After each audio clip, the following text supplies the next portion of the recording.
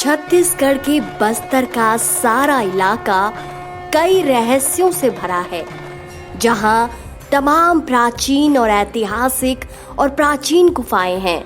ऐसा ही बस्तर संभाग के दंतेवाड़ा जिले के बारसूर ब्लॉक के जंगली इलाके में एक रहस्यमयी गुफा है, जिसके अंदर कई सालों से एक शिवलिंग विराजित है, जिस पर साल भर प्राकृतिक रूप से केवल शिवलिंग पर ही पानी रिसता रहता है, जिसे हम यह कह सकते हैं कि साल भर प्रकृति शिव का जलाभिषेक करती रहती है।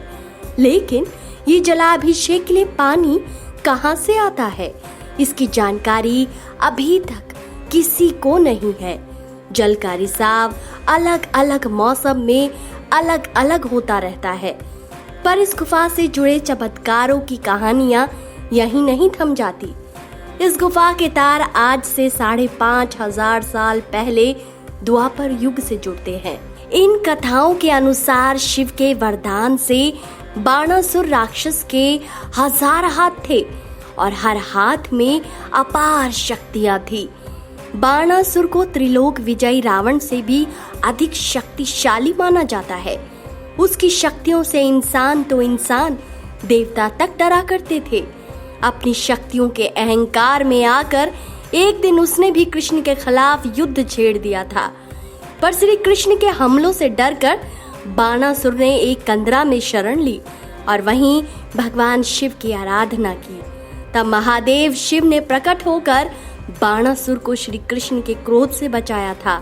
माना जाता है कि छत्तीसगढ़ के बीजापुर के घने जंगलों के बीच स्थित तुलार धाम वही जगह है जहां बाणासुर ने शिव की आराधना की थी।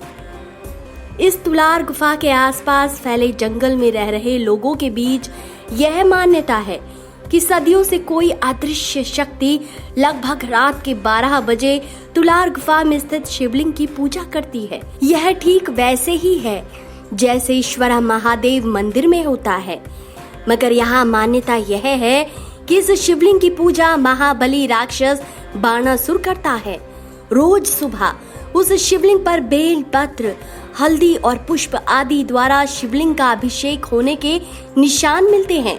जंगल के आदिवासियों के बीच यह बात पूरे यकीन के साथ कही जाती है कि जो कोई इस घटना को देखने की कोशिश करता है वो अनजानी शक्तियों का शिकार हो जाता है। भगवान शिव के इस धाम तक पहुंचना कतई भी सुलभ नहीं है। वहां तक पहुंचने के लिए 3 नदियों को पार करके पहुंचना पड़ता है। यहाँ तक पहुंचने के लिए पथरीली पगडंडियों से होकर गुजरना पड़ता है।